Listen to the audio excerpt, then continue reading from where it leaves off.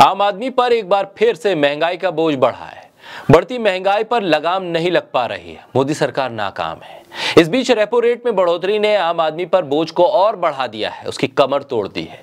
रोजगार की कमी के चलते सैलरी में कटौती है, जेब खाली है, लेकिन बढ़ती महंगाई ने आम आदमी को हिलाकर रख दिया है। हिंडनबर्ग की रिपोर्ट के बाद से शेयर बाजार लगातार गोते लगा रहा है, मुश्किल से खड़ा हो पा रहा है, जिसका असर भी बाजार के साथ साथ आम लोगों की जेब पर पड़ रहा है। इस बीच अब जहां थोक महंगाई दर में मामूली गिरावट है, तो वहीं खुदरा महंगाई दर ने झटके पे झटका दे दिया है आम आदमी को। बढ़ती महंगाई से आम आदमी परेशान है, हलाकान है, लेकिन केंद्र की मोदी सरकार इस तरफ ध्यान नहीं दे रही है। बोलता हिंदुस्तान पे मैं हूं आपके साथ मिर्जा शाकिर अली बेग। जनवरी 2023 में खुदरा महंगाई दर एक बार फिर 6 ही नहीं बल्कि 6.5% के पार जा पहुंची है। जनवरी 2023 में खुदरा महंगाई दर बड़ी उछाल के साथ 6.52% पर जा पहुंची है, जबकि दिसंबर 2022 में खुदरा महंगाई दर 5.72% रही थी, यानी इजाफे पे इजाफा हो रहा है।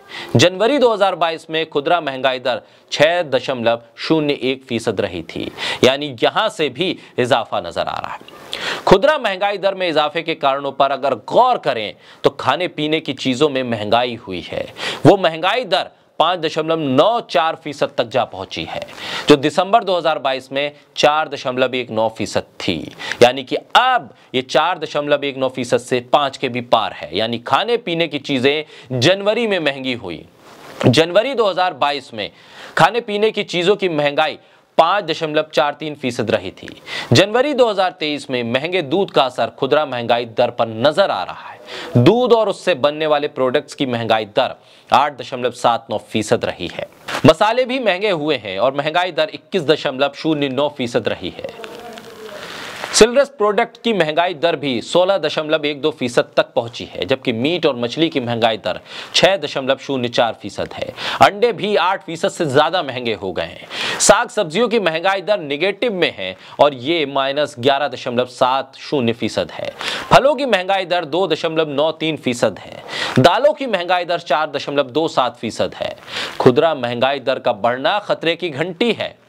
इससे पहले नवंबर और दिसंबर 2022 में खुदरा महंगाई दर के टॉलरेंस बैंड 6% के नीचे आ गया था। इसके बावजूद आरबीआई ने 8 फरवरी 2023 को रेपो रेट में 1/4% की बढ़ोतरी कर इसे 6.5% पर पहुंचा दिया। अब जब फिर से खुदरा महंगाई दर आरबीआई के टॉलरेंस बैंड से बाहर जा रहा है, तो फिर से कर्ज और महंगे होने का खतरा बढ़ा है। यानी कि अप्रैल 2023 में आरबीआई की जो मॉनिटरिंग पॉलिसी की बैठक है, उसमें रेपो रेट का बढ़ना तय माना जा रहा है। यानी एक बार फिर ईएमआई का बोझ आप पर बढ़ेगा। कोर इन्फ्लेशन रेट 6.1% पर बरकरार है, जो चिंता का विषय है। फूड इन्फ्लेशन में बढ़ोतरी का कारण फिलहाल सरकार को समझ नहीं आ रहा। कमोडिटी की कीमतें अभी कंट्रोल में हैं, इसके बावजूद कोर इन्फ्लेशन में सुधार नहीं हो रहा है।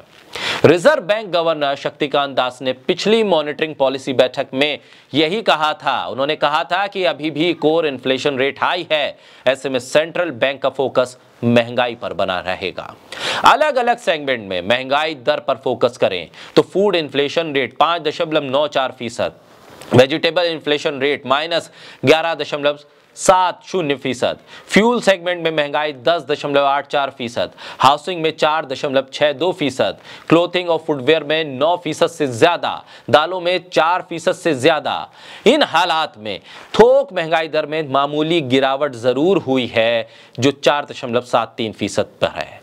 यानी कि थोक महंगाई दर में हल्की सी राहत है, लेकिन खुदरा महंगाई दर में इजाफे ने आम आदमी को परेशान कर दिया है। लेकिन सरकार है कि उसे हल सूझ नहीं रहा है और इन तमाम हालात के बीच एक बार फिर ईएमआई का बोझ बढ़ने का खतरा मंडरा रहा है, क्योंकि जो आरबीआई की मॉनिटरिंग पॉलिसी की बैठक होने जा रही है, उसमें इस बात का अंदेशा है कि एक बार फिर रेपो रेट में आरबीआई इजाफा करेगा।